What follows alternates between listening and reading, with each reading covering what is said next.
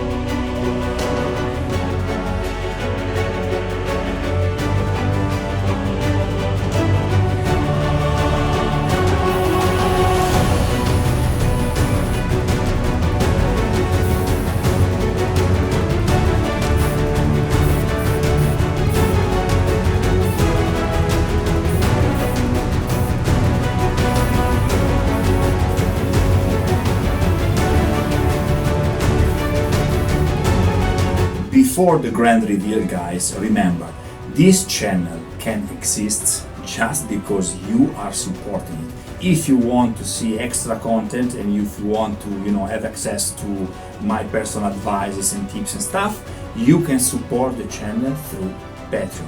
Patreon is the best way to support this channel. For you it's like offer me a coffee once a month, and for me also it's all the support in the world. But now, without further ado, let's have the grand reveal.